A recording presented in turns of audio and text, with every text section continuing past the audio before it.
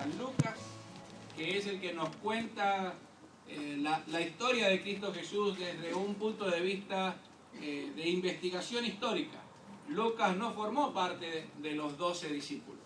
Lucas no era uno de ellos. Lucas, como conocemos, era un médico que atendía a Pablo. Era un discípulo de Pablo, era compañero de trabajo del apóstol Pablo. Y como él le gustaba, era un historiador. Así que dice el mismo Lucas que todo lo que él estuvo escribiendo fueron producto de su investigación.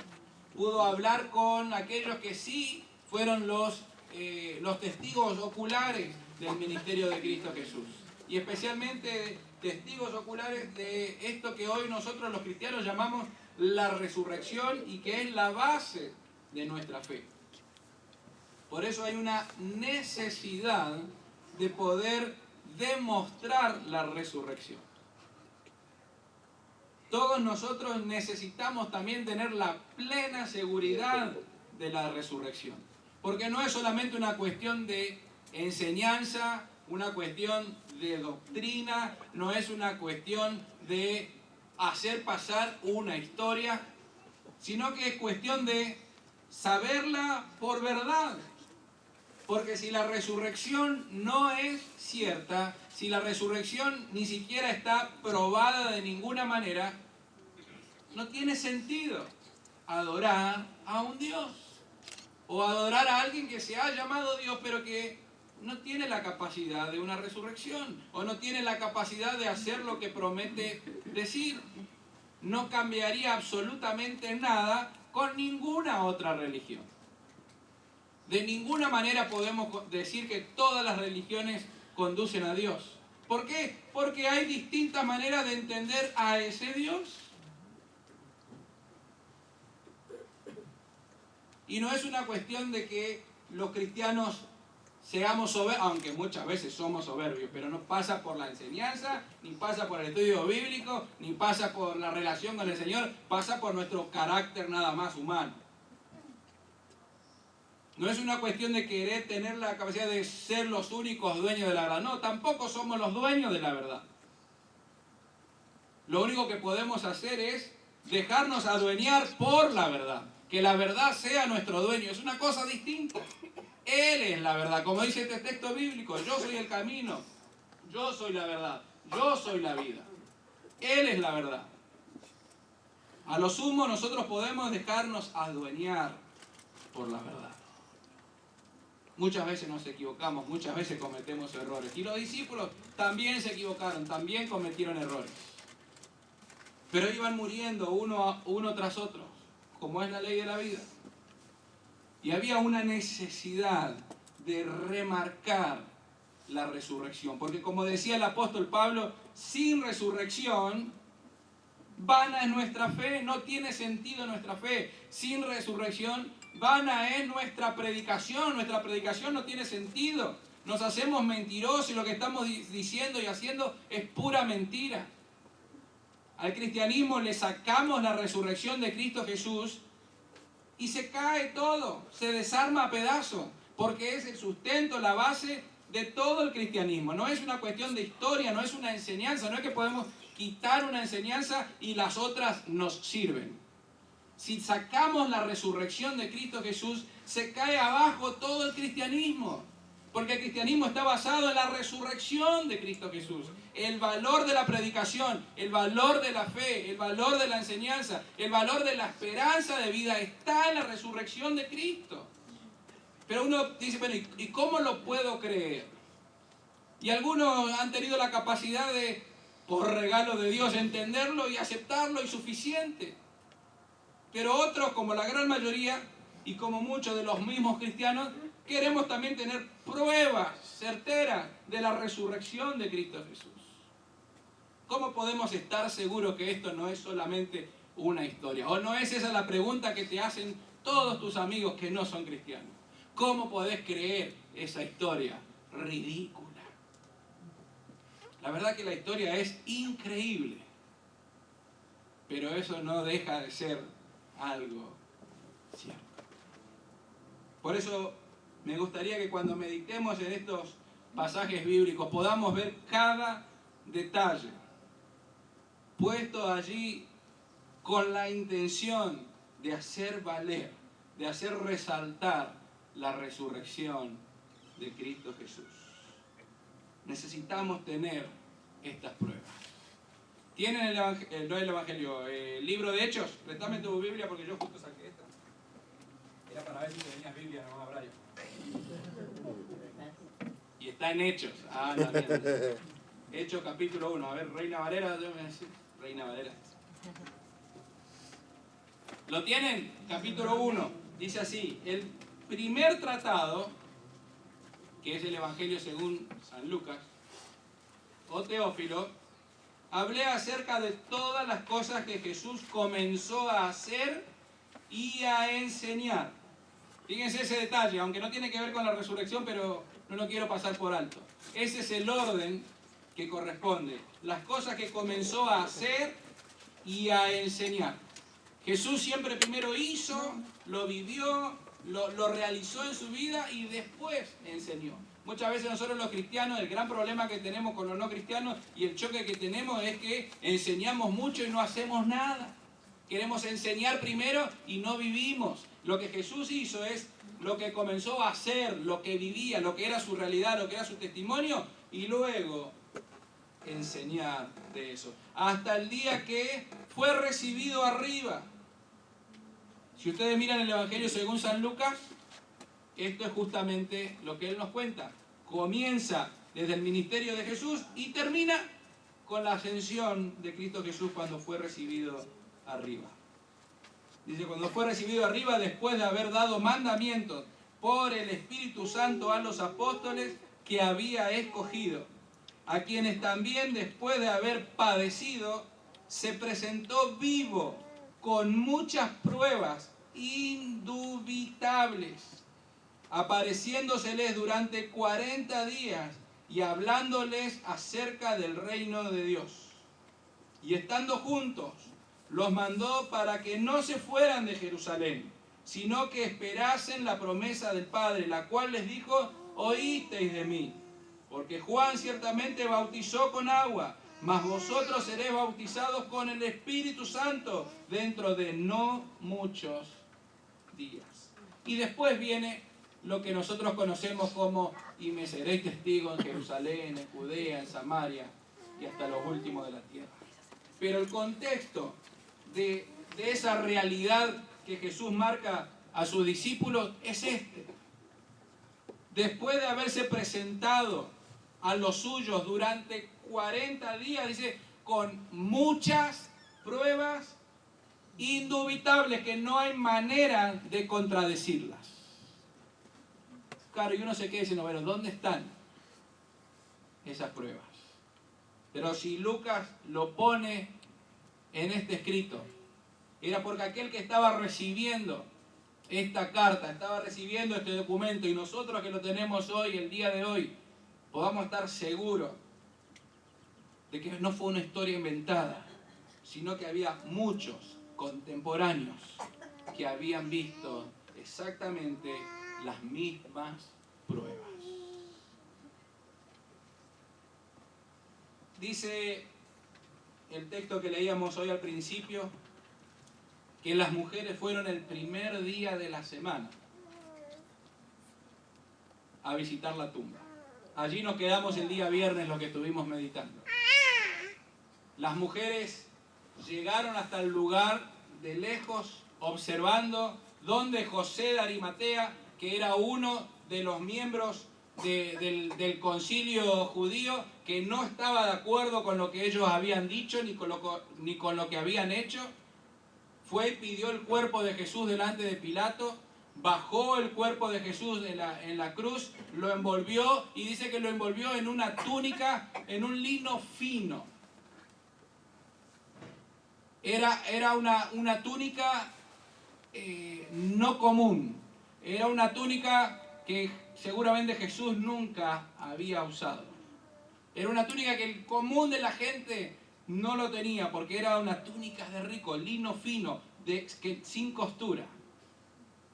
Quizás las mujeres sepan más de tela.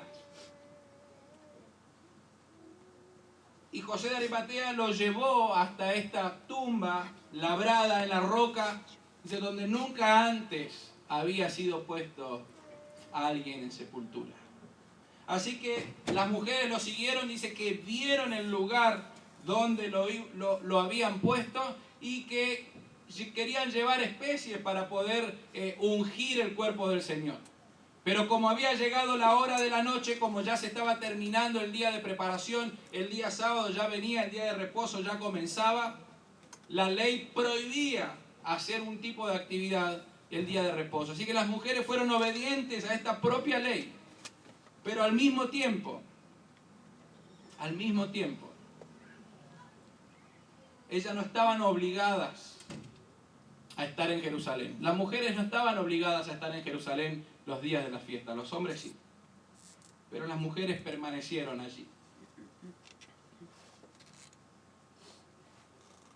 Tenían prohibido, o por lo menos estaba muy mal visto, estar entremetiéndose entre los muertos. Muchas de las leyes judías, si uno estaba en contacto con los muertos, tenían que estar alejados, tenían que estar en cuarentena, no sé por qué, porque era una contaminación. Si el día de hoy a quién le gusta ir a pasear a un cementerio, nadie va a pasear. A lo sumo a alguien que ama mucho, a alguien que amó mucho, se toma el tiempo de ir a llevarle unas flores. Pero ni aún así está esperando ese día.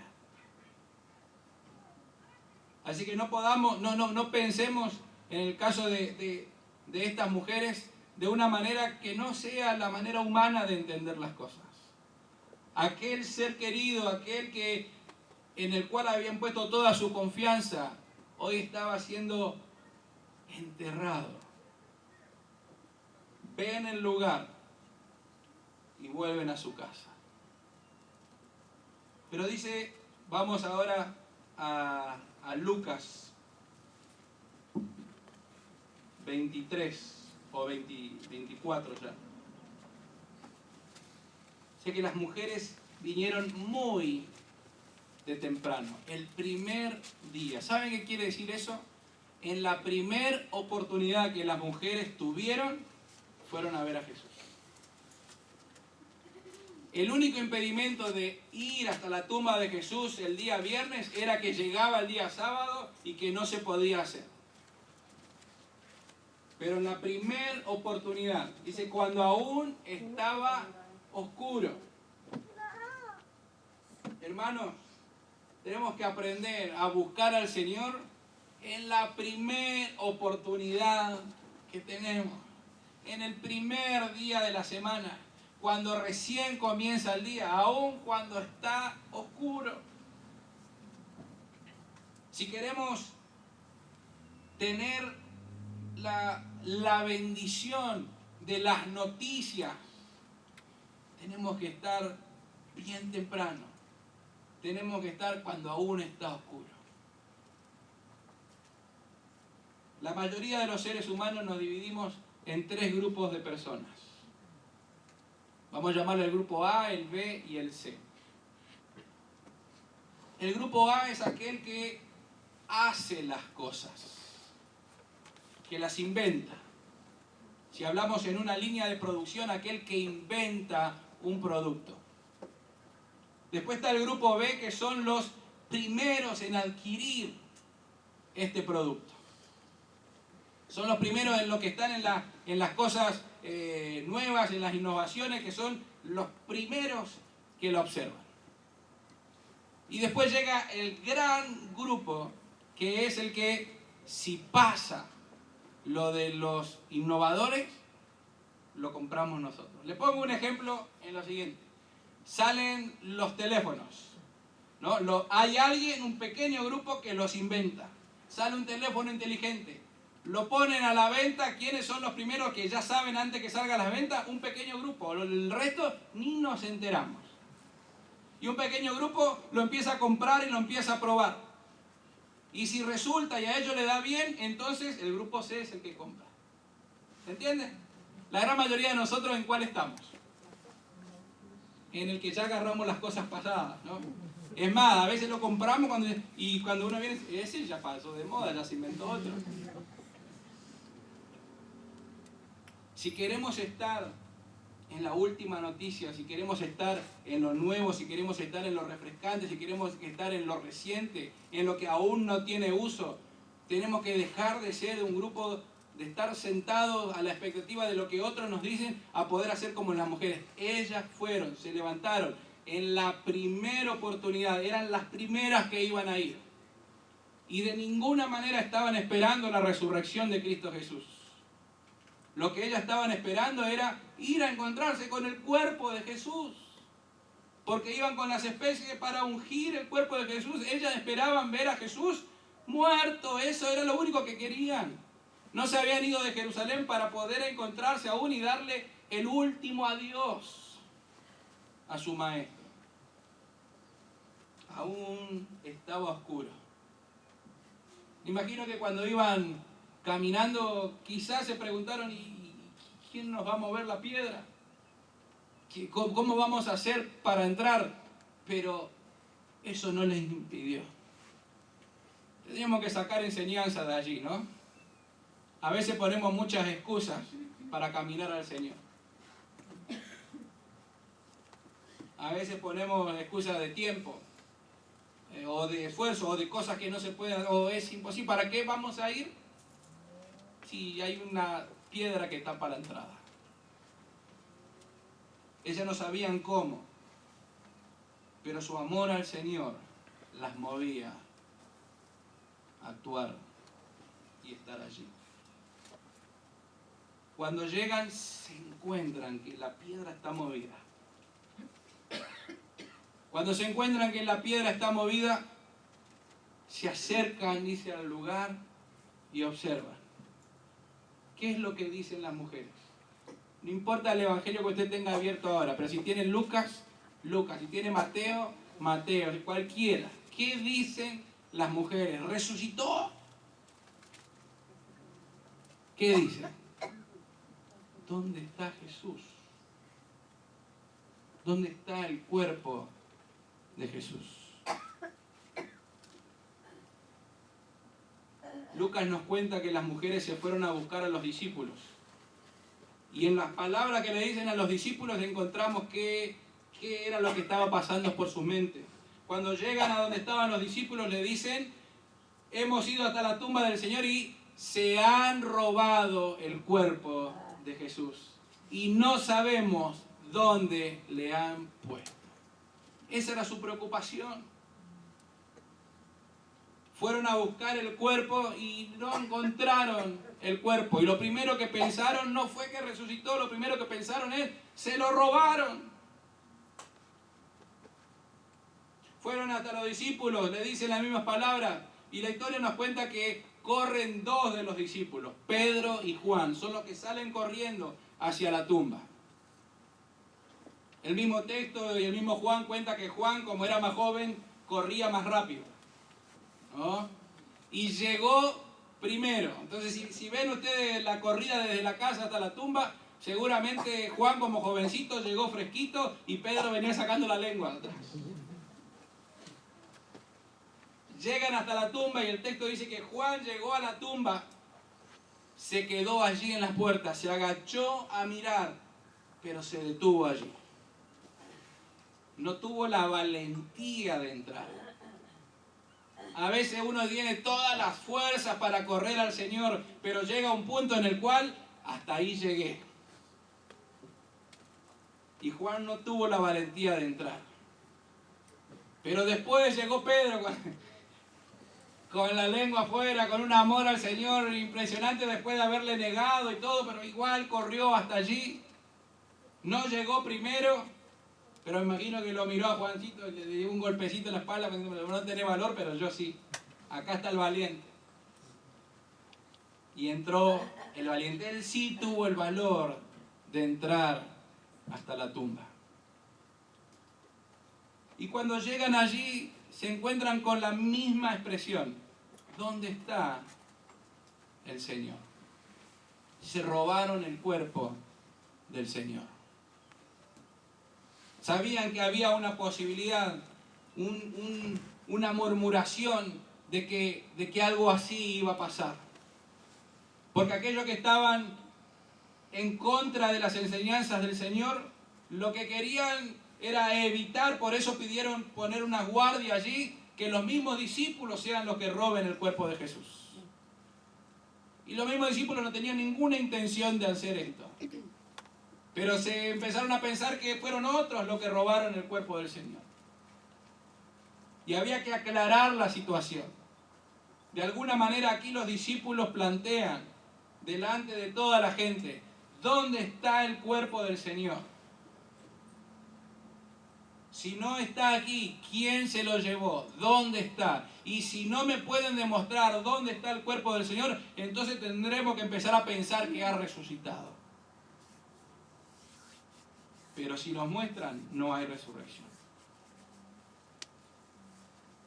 Pedro llega hasta el lugar y todos los evangelios nos cuentan que cuando llegan al lugar encuentran la ropa del Señor.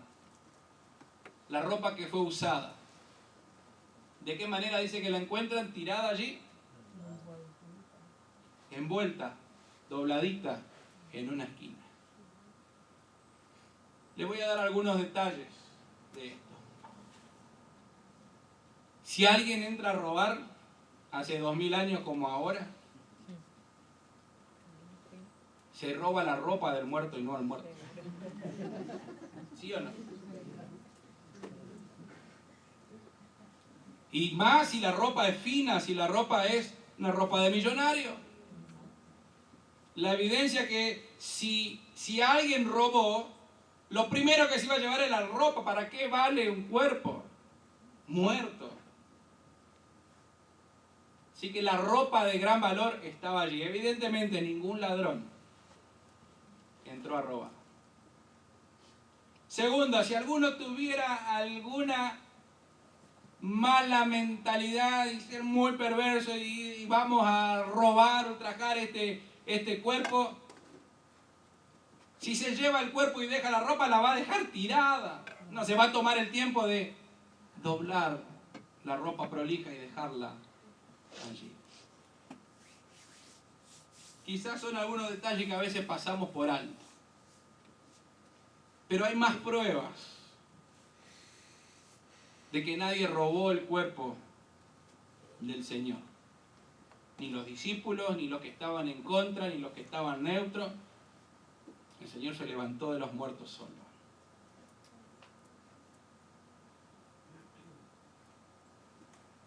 Cuando uno se encuentra delante de esta realidad, y aquellos como las mujeres que estaban buscando el cuerpo del Señor, aun cuando el Señor se les apareció y habló con ellas, no podían entender lo que allí sucedía. Muchas veces nos pasa que cuando vamos con nuestro propio dolor, con nuestras propias preocupaciones, con nuestros propios pensamientos, el Señor nos habla y aún ni así nos damos cuenta. Porque el dolor es más fuerte que la esperanza. Porque el dolor y la oscuridad es más fuerte que la posibilidad de salir a la luz. Mientras nosotros sigamos envueltos en nuestros propios dolores, en nuestras propias preocupaciones, el Señor nos va a seguir hablando día tras día, va a estar al lado nuestro todos los días y nosotros vamos a seguir inmersos en la misma oscuridad, en el mismo dolor, por la sencilla razón que no le damos lugar a escuchar plenamente la voz de Dios. Somos nosotros envueltos en nuestras propias preocupaciones, las que no nos dejan ver la resurrección de Cristo Jesús. Dice que después que Pedro entró y vio el lugar, Juan también se animó a hacerlo. Y cuando estuvieron allí, el texto bíblico dice así, que no podían entender la resurrección porque no habían entendido las Escrituras.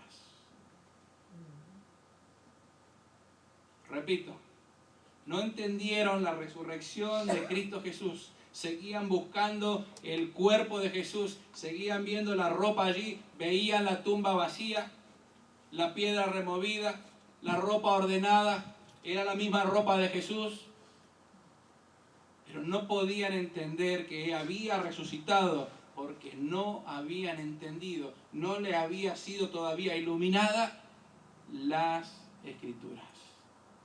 ¿Se acuerdan el otro caso de los discípulos que iban, que reconocemos como los discípulos que iban camino a Emaús, que se estaban yendo y que alguien se les presenta que era el mismo Señor, caminó con ellos todo el tiempo y nunca se dieron cuenta? Hablaban y nunca se dieron cuenta, se sentaron a comer juntos y no se dieron cuenta, pero de repente cuando el Señor partió el pan, como que sus ojos fueron abiertos y entendieron las Escrituras, y cuando entendieron las Escrituras, entendieron que ese era el Cristo. Lo que necesitamos es ir a las Escrituras y buscar en las Escrituras lo que estaba escrito acerca del Cristo Jesús. Cuáles eran cada una de las profecías y cómo se van cumpliendo delante de nuestros ojos. Hay más de 700 profecías que se cumplen solamente en Cristo Jesús. Pero si no entendemos las Escrituras, no vamos a poder entender la verdad del Evangelio. Por eso hay que acercarse a ellas, como se acercaron estos 3 testigos que estoy hablando. Las mujeres, temprano, de madrugada, cuando aún está oscuro, pega las Escrituras. No lo deje para lo último. Podemos discutir que uno puede tener su propio horario. No hay caso. Alguno a la mañana, otro a la tarde, a la noche. ¿Cuál es tu mejor momento? Busca tu mejor momento. Pero no lo hagas de última. ¿Qué ha de hacer? Lo primero que puede hacer cuando tienes la primera oportunidad de ir a las Escrituras, ve a las Escrituras. Cuando aún está oscuro, ve a las Escrituras. Hay que correr hacia ellas como hicieron Juan y como hicieron Pedro. Hay que ir lo más rápido posible. Y si no te atreves a entrar como le pasó a Juan, llega hasta donde llega, pero detente allí, no te vuelvas, detente allí. Espera que el valor comience a venir a tu vida como para dar un paso más adelante. Muchos nos acercamos a la Escritura y llegamos hasta ahí, como le pasó a Juan. Fue el primero en verlo, lo vio antes que el Señor, pero hasta allí llegó, antes que Pedro, perdón, pero hasta allí llegó. Pedro, que era más valiente, entró. Si eres valiente hay que entrar a la palabra de Dios también con valentía. Hay que meterse hasta allí adentro. Una cosa es la valentía, otra cosa es la soberbia. Pedro entró por la valentía que él tenía. Pero ni la velocidad, ni la valentía, ni el estar temprano logró hacer clic en sus cabezas que Cristo había resucitado hasta que no entendieron las Escrituras, hasta que no le fueron abiertas las Escrituras. Es útil ir temprano, es útil hacerlo velozmente, es útil hacerlo con valentía, pero es buscar la apertura de las Escrituras. Por eso, mi hermano, si no lees la Biblia, no pretendas entender a Dios. Porque aquellos que la leen también dicen lo mismo, no entendemos a Dios. Pero si quisieras empezar a visualizar al Cristo resucitado, son las Escrituras las que te van a abrir la venda de los ojos.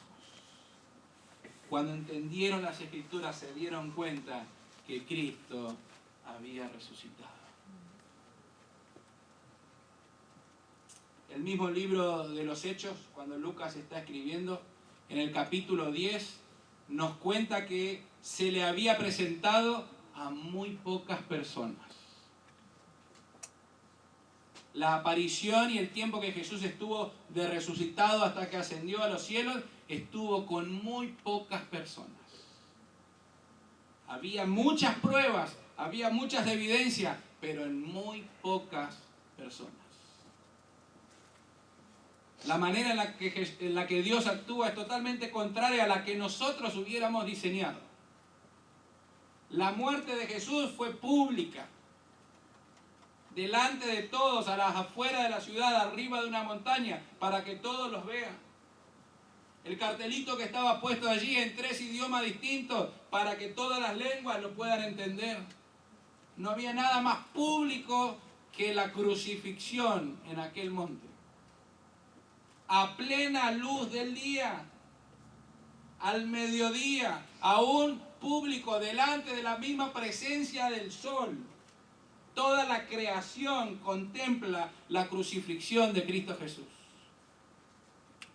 No hay nada más público que esa escena. Pero la resurrección es en privado. Dígame si nosotros seríamos los escritores de una historia, no lo hubiésemos hecho al revés. Una muerte, bueno, que pasó así, pero la resurrección, con platillos y pompa, como comúnmente hacemos, ¿no? Cuando hacemos un drama en la iglesia, abrimos las tumbas y sale Jesús y las luces. Pero la resurrección de Jesús no fue explosiva ni pública. Aunque hubo un gran temblor, aunque los que estaban allí se quedaron como muertos, su resurrección y su evidencia fue en privada, en sus amigos, en sus seguidores. Nos enseña mucho, hermanos. El conocer la historia de la crucifixión es algo público, todos debemos conocerla, no la podemos evitar. Pero el conocer al Cristo resucitado es algo que Dios tiene muy especial para algunos. Es su placer que todos le conozcan. Pero solo aquellos que, como hicieron las mujeres, como Juan, como Pedro, que buscan al Señor, podrán verlo resucitado.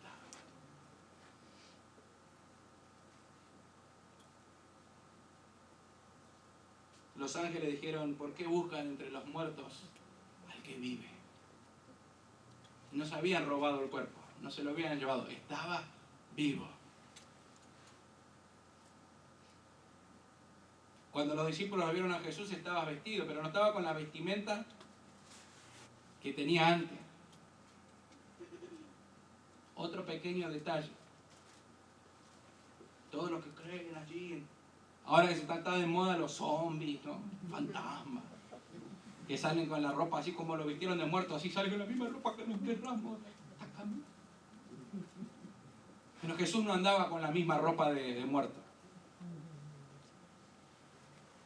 Porque esa era ropa de muerte. Tenía una ropa nueva cuando el Señor se levantó. Como cantábamos hoy, que somos nuevas criaturas, las cosas viejas pasaron. Tu vestimenta de muerto tiene que quedar enterrada en la tumba.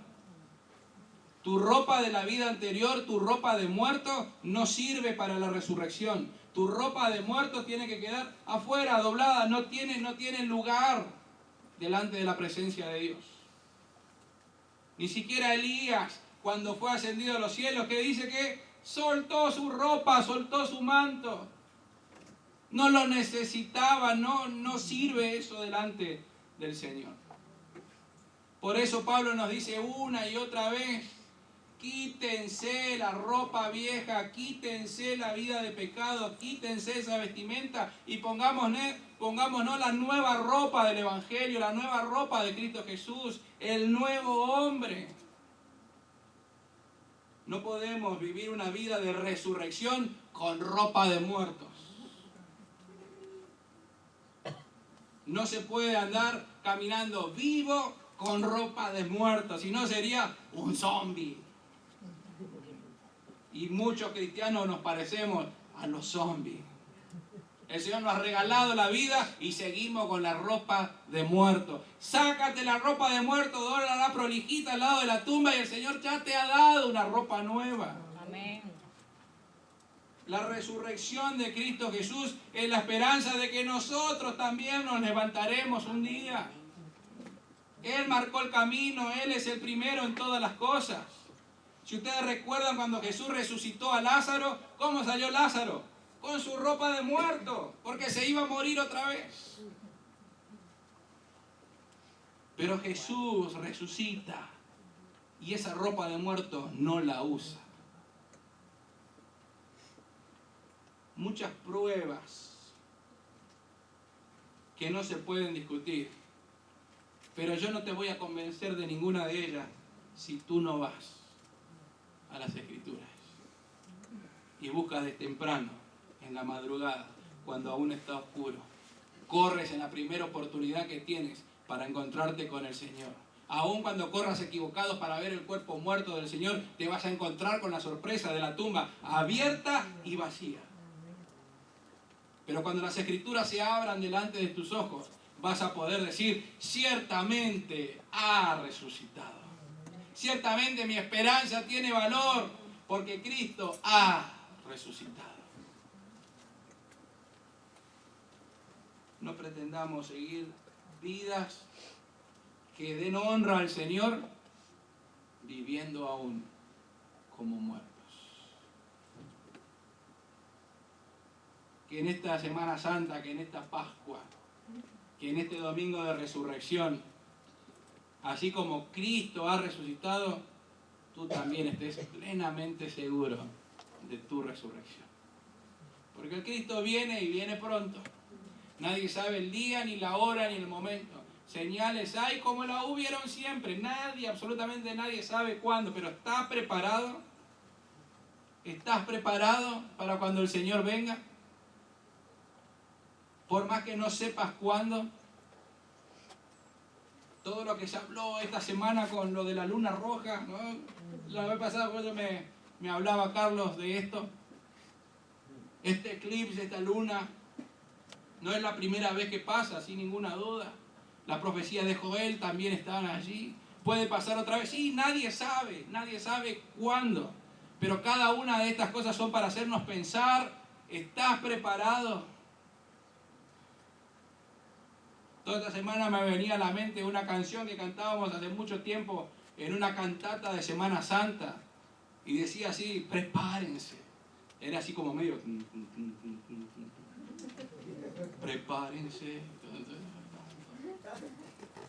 Y la frase decía, prepárense cuando el sol se esconda y la luna en sangre esté. Prepárense. El Señor viene. Que no te encuentre con la ropa de muerto. Que te encuentre con la ropa del resucitado que Él mismo te ha vestido. Porque aquel que está en Cristo, nueva criatura es. Las cosas viejas pasaron, he aquí, todas son hechas nuevas. Que el Señor te bendiga. Que vivamos vidas de resucitado y no vidas